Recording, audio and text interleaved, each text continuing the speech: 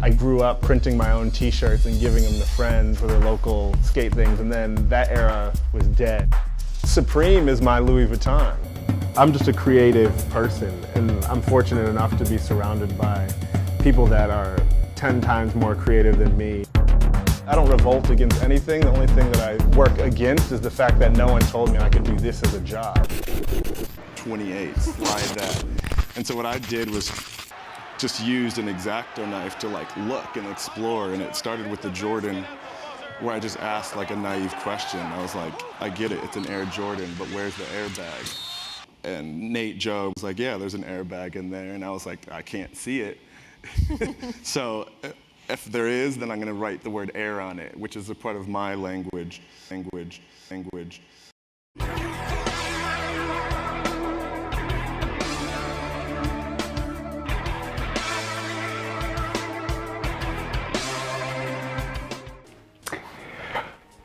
Welcome back to Thai Kicks for another week. It's a really different week to usual, something I'm reviewing that I don't normally review. I have no idea truly about the vast amounts of Jordans that are out there. Yes, you're gonna say, how can you be a sneakerhead when you don't know a lot about Jordans? Well, to be totally honest, I've never really been mad into sort of basketball shoes. They've never been the big thing for me, and I said that when I first ever started my channel, that really I'm into runners, always have been, but when it comes to serious sort of fashion related things, I'm really into that. And one of the biggest releases of 2017 is the 10 from Off-White and Nike, the collaboration of the 10 shoes produced by Virgil and NIKE. I managed to, courtesy of a really good friend of mine, get hold of the Jordan 1 shoe. Please bear in mind that I am a complete amateur when it comes to talking about Jordans, so I'm going to do it from my own personal perspective of what I see, the materials, the build quality, and everything about this collaboration and how functional a shoe it really is. Don't forget to like and subscribe to the YouTube channel Thai Kicks if you want to get extra information of when new videos drop. Hit the bell next to the subscribe button. I really appreciate you guys following. And there is also a major liquid proof giveaway still going on until the 20th of November. If you want to be in with a chance to win a large bottle of the premium liquid proof protector, all you've got to do is make sure you're subscribed, or subscribe if you're new to the channel. Hit the like button down below and make sure you comment, I love liquid proof. Doesn't matter how you write it, just get it in the comment section below. Follow those simple rules and you are in. If you do not follow those simple rules and you don't do all three, you are out.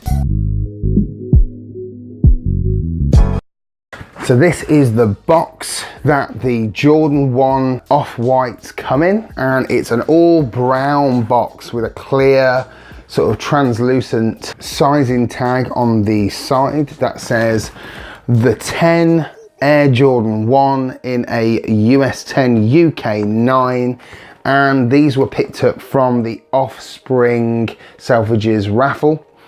What else is there on the box? We've got the detail there that says Off-White Nike shoebox in the speech marks, and you've got Beavertown, Oregon, USA on there, 2017. Something that I really like about this is the simplicity of this box and how well thought through as to kind of how to present these amazing shoes. And on this box it says, and you can see on there, Jumpman. Yeah. Jumpin', them boys up to something. Which is obviously a Jordan. So we open up the box and we've got the Jordan logo in gold on the inside of the box, and it's all black on the inside. So straight away my first impressions are everything's just been flipped upside down.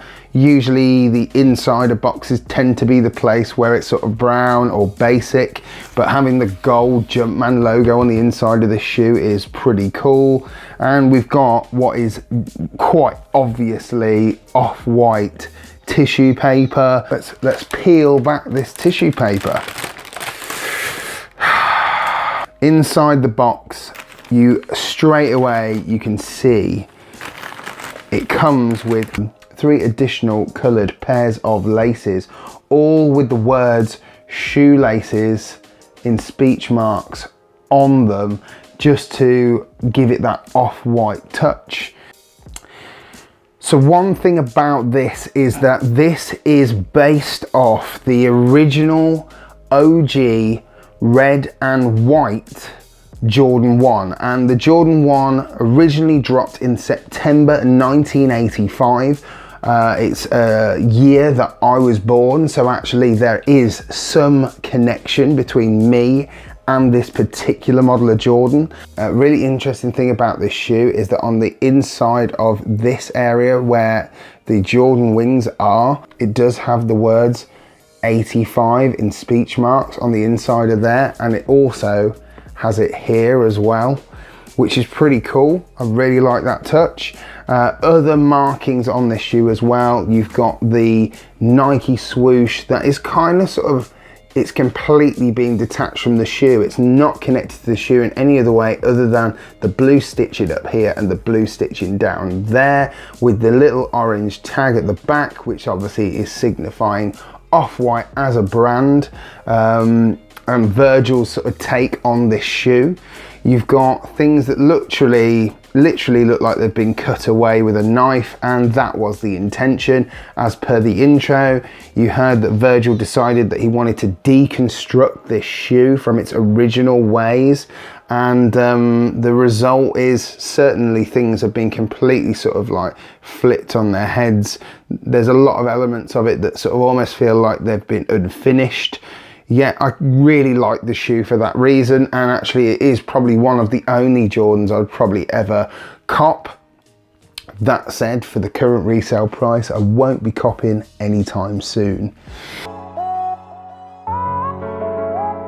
Build quality of the materials on the toe box. The toe box is the similar kind of sort of fabric to what's on this tongue, and this is an unfinished kind of almost like a blazer-esque tongue in that sense, and you've got the Nike logo on the side part of the tongue, which is normally not the case as far as I'm aware, but it does give it a real sort of soft feel around the toe box area. And we've got this really nice kind of premium leather kind of round the front and leading their way all the way up to the top of the shoe, and these areas are pretty nice as well. I'll bet again there's some stitch marks there where it looks like it's been sewn and then unpicked, which is an interesting touch, allowing this to kind of sort of like be a little bit loose and be free, with some sort of cutout there like it's been sort of chopped off. And the top section is completely unfinished, whereas a normal Jordan would probably have some really nice leather area around that sort of sock liner area. The inside of the shoe has got its branding as well, which says Off-White for Nike, Air Jordan in speech marks with Beaver Town, Oregon, USA, circa 1985. And it is being printed on to white kind of leather as well, with the Nike swoosh has been sort of stitched in and then unpicked again. You can kind of see that just behind the lettering, and that runs all the way around the back until it comes back around to the front, and then maybe not on camera, but the color of this changes. And when you see this shoe later on a little bit close up and personal, you'll see that this is more of a suede. It's almost like a slightly sort of beige suede, it's not quite tan, it's not dark, it's really light, but it's probably, as the brand is Off-White, it's an off-white suede color that leads into an off-white sole as well. And then around the front through this area here, it's similar to what is in the toe box area as well, like this kind of cushiony sort of padding kind of material. And the one thing that's really interesting, I never knew until I got this really close, is this down here, which almost feels like a little bit like, it doesn't feel the same as this particular sort of red leather material through here. This feels a little bit like fiberglass. That's what I would say. This is almost like a fiberglass kind of window, red piece of fiberglass through here, really industrial. One of those things that I think kind of sets it off as well. And then you've got the black laces that say shoe laces, just like the other colors that I showed you earlier on. But you've also got the off-white zip tie that's attached to the laces on this shoe, and on the zip tie it says off-white Nike circa 2017 zip tie in the speech marks as well.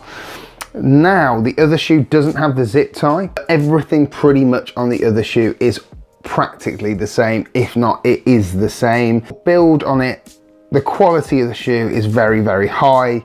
Obviously aesthetically you've got elements that are intentionally supposed to look unfinished. But one of the things I will say is, does this for you? And I want your comments down in the section below. Is this for you the sneaker of the year? Is this 2017's sneaker of the year out of all the 10, out of all the Yeezys, Human Races, Hyper Adapts, you name it, everything that's come out? Is this your sneaker of the year, regardless of whether you own it or you don't, whether you took a win or a loss? Let me know in the comment section down below. When it comes to picking up expensive shoes, especially when you're paying resale, is making sure you get the right size of shoe. Now, a lot of people will tell you their own personal opinions, and this is mine, so bear in mind with that. I'm a true UK 9. I do tend to buy most things in a UK 9, but I'm on the bigger side of a UK 9, not the smaller. So if I was ever going to go anywhere, usually if a shoe seems to be kind of on the tight side, straight up by half a size. These are a true UK 9, and I feel like they are quite big for a UK 9. I would probably say that you get a little bit of extra room in the toe box area. Yeah, maybe going up a half size maybe isn't required, but that is personal choice. But definitely, if you are a UK 9, a UK 9 will fit you.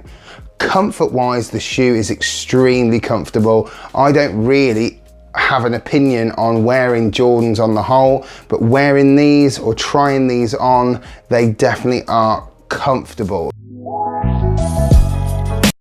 Definitely one to wear for casual wear, but I would definitely consider twice using these to hoop in. It's about time you guys saw these up close and personal, so let's go and check these shoes out.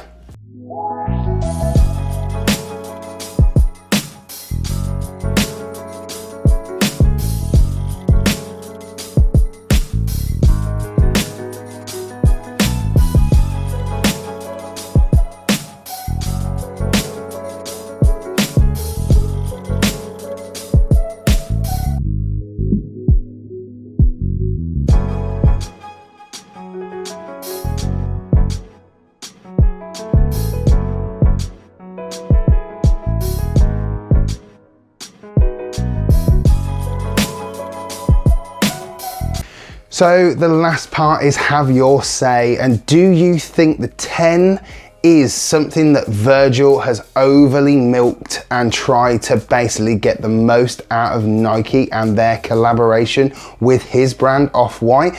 Do you think the hype was really, really required and needed?